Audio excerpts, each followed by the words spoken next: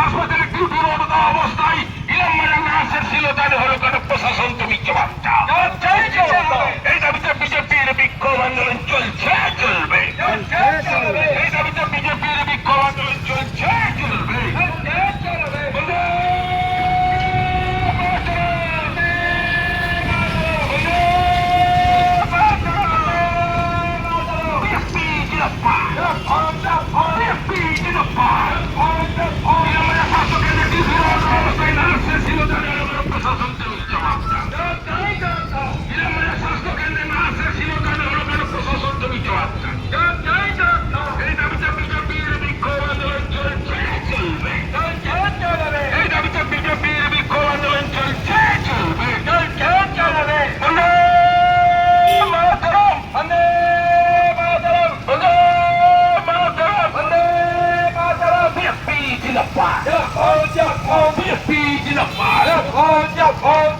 হাসপাতালে নার্সের ছিল